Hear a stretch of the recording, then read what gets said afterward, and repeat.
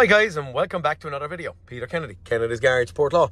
Today we have a simple little thing, which is a Hyundai i30 at this point. Very, very similar to an i40, so there shouldn't be a whole load of difference between an i30 and an i40. No big hard problem here today. The actual thing was diagnosed by Alan about a week or so ago, but what the chap has is intermittently he has he's not able to get that fog light, so you can see the little yellow symbol. He's not able to get exterior yellow fog light symbol here, or the exterior fog lights are not coming on. Went for an NCT test and failed due to them not working, and lo and behold, I think Alan was messing and or playing with these things. There's some kind of snagging going on here when I turn it. It's actually working now, but you can see this little bit of it is moving as I'm turning. Now, I'm not saying that's right and or wrong, that little movement back, but I noticed it there when I was twisting it. But it is, at this point, it is now working. It's just weird, feels weird here. And again, experience, I know that the actual stalks and the switches on these things fail very commonly, and that fog light being a very, very common issue. So if anyone has a Hyundai i30 or a Hyundai i40 and they've no front fog lamps, or they can't get control to the front fog lights, I'm actually hearing a little click.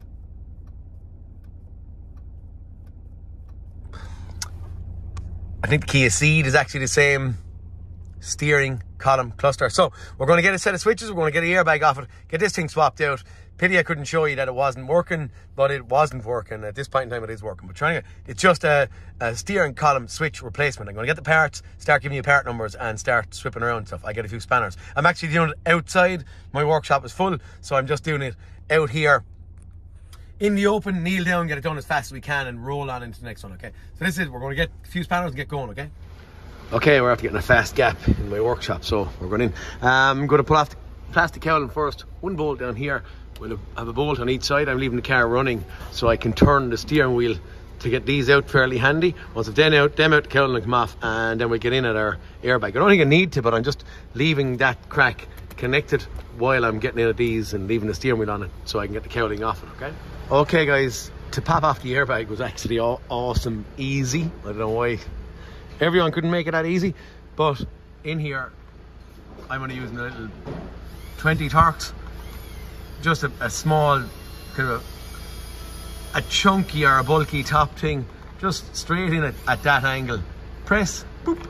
Same on the other side, and then very similar in here. It mightn't have been dead set in like that. It might have been a little bit maybe like, no, I was dead set in. It was just the way the angle was at. It didn't. Simple. Anyway, 3 little points. Point 1, 2, and 3. And it was the easiest thing ever to fall out. Look, it's hanging out here. You can see my car is still running, so I'm now going to straighten my steering wheel. Take that out. Throw it away. Leave the car in theory, go asleep. Pop off these covers, and now I'll disconnect my airbag in a couple of moments' time. Okay. On the top, guys, there's a little nappy type thing holding the top plastic shroud, so the little base here just pops out the way. Clip on either side. I only just popped in a screwdriver here and popped it out. That's that bit off. Okay, we're going to go in and undo our airbag. Again, I'm going to roll back onto 2 hands, but you know the normal crack. Put out that center tab, pull it out. Actually, I had an airbag yesterday, and that little tab broke on me on a Mazda 6. And when it was put back together, I didn't put in that tab, I just pushed in. Sure, I said it's only a locking piece to hold it in, but it did bring on an airbag light, that silly little grommet in the middle. So be careful not to break these things. But just pop that out, it comes out 2 or 3 mil, and pop out the centre piece. At that stage, that wire then is for our horn, okay? 21 nut, guys, holding on that. Always watch, my steering wheel mightn't be bang on straight, it's in the locked position, it's only a degree or 2 to the left hand side. But again, I can see a little tabs there that are kind of lining up. So the long and short of it is, we can see where it goes back on. I'm always going to pop off this little block connector here first. it's part of the steering wheel, and this yoke then, as you know, probably my steering wheel is stuck on it. And that's only just me hitting. Or do I need? I don't. Okay. Oop. I'm only trying to feed the wire. Come out. Single hand. Okay. I was only trying to feed the wire out through it. Okay, we're back into our switches. What I'd often do at this point in time, just for my own peace of mind, that I would get a little visual on the new stuff we have. So here's our new switch from Boland's. We'll crack it open. We'll have a look inside it and just see what comes as part of our new item. And that then will give us a cross-reference for this one, and also will give us a cross-reference of how it's connected, held on, bolted on, any of that kind of stuff. So key new parts are key to me, are giving me information about the disassembly and or the reassembly process. So normally I jump ahead of myself, look at these things, and then roll on in a second. You know, without even glancing, I'm going to open this up and see. Once I opened it, I realised we only have half a column switch, so it's only one side of it we get. So then, I suppose, up here, little glance, how is this thing connected? Screwdriver, push that little tab in. Okay, so we're not now concerned with that. I'm just looking at the clock spring. Make sure you don't spin or rotate that around. Probably would be advisable to put a little tie clip or the like on it. Anything, tape or something just to stop it from moving. Oh, right, okay. She's off. I'm not going to do any more than that. I'm just going to be, I'm on it. I'm starting on it. I'm going to finish on it. And I'm not even disconnecting the clock spring. I'm going to be cautious that that item doesn't rotate around on me. Oh God, simple as and easy.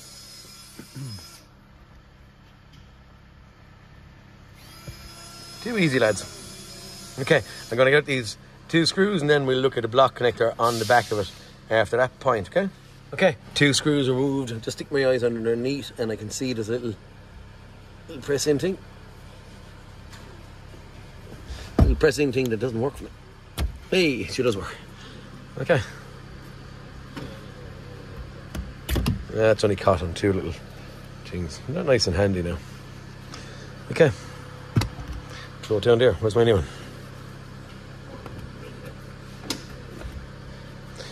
Sitting back on. Block connector back into place. Just do a visual on it. So. Oh, I get it. Okay, so when the lights are actually on and the ignition is on, only when the headlights are on and the ignition is on, it's spring loaded. So it pops out, pops back to turn them on and turn it off. Okay, that was easy enough. We'll roll on a little bit further while live on camera here. Pop in this old wiper switch, and then we'll have to roll back for my 2 little Phillip screws. Okay, I'm going to screw it in a couple of these and get us. Actually, maybe will I leave the camera rolling for a moment, will I? This is, I have to say, look, it's quite an easy job, lads. Again, it's nice to see easy ones where manufacturers will make something actually that will work nice and handy, and there's no playing or being scared of stupid little clips, you know, that you might get caught or snagged on and break. Like, I can't really break anything here, so I can't. We're going to do, there's a little bit of a stretch here, so it probably would be better off maybe to unplug that clock spring if any of you are anyway wary. But again, they seem to be nice and robust. Everything seems to go together nice and handy, all sitting back into place. I think at this point in time I'm going to put back on my plastic cowling around the steering wheel, because sometimes it's nice to have that covered in before I roll in and put on my steering wheel and stuff. Yeah, I'm going to do that. So I'll sit on the second hand, I'll pop in these bits and pieces, put in my two screws, I think 1, 2, 3 actually screws in the cowling, and yeah, then we'll catch back up and stick on our airbag. And we're back.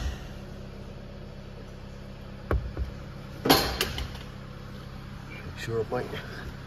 I'm going to plug in my block connector just purely because it's in my way. A little tab.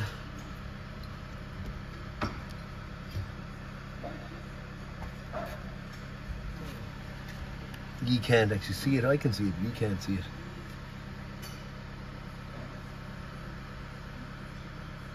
Yeah, there we go. A little flat tab on the spliny bit, we can see it internally.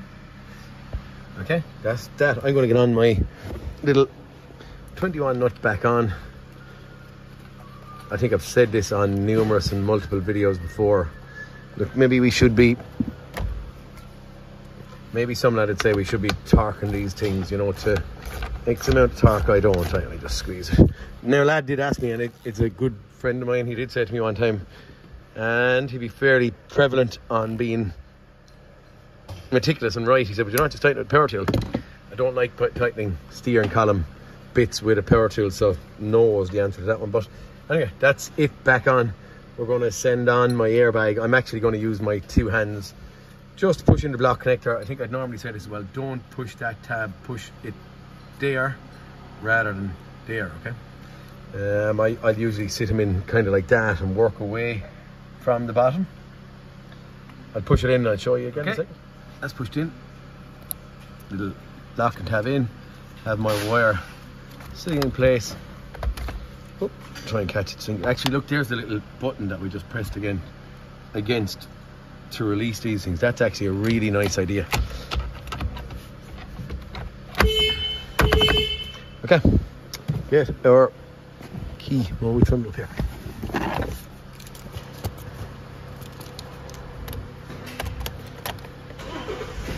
Might be very fancy videos, but sure, look, it's a tutorial for someone. Twist, side lights on, twist again, headlights dims, or headlights dims,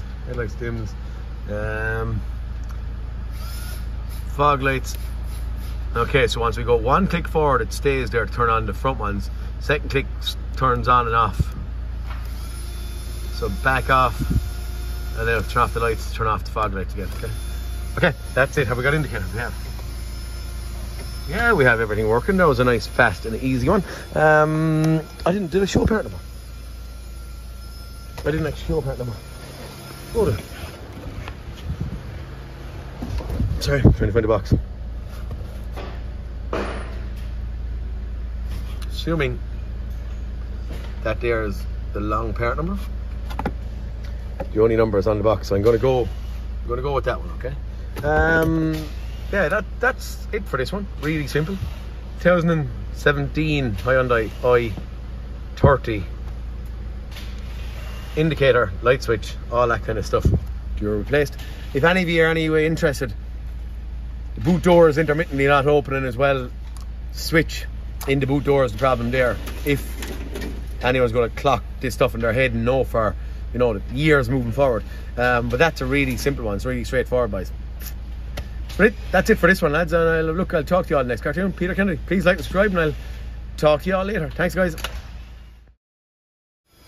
Okay, guys, a little bit of bonus footage on this thing. I actually came back, as I said there, Alan diagnosed it. So what was after happening on this thing was this button was after falling out there, just a bit of tape on it, little flathead screwdriver, and just in, pops out nice and handy. No taking off the plastics or anything like that. Here's our new button to go in, and just in case you wanted, there is a part number, but sure, that's too easy for anyway. But anyway, look, lads, please like and subscribe, and thanks you everyone for watching.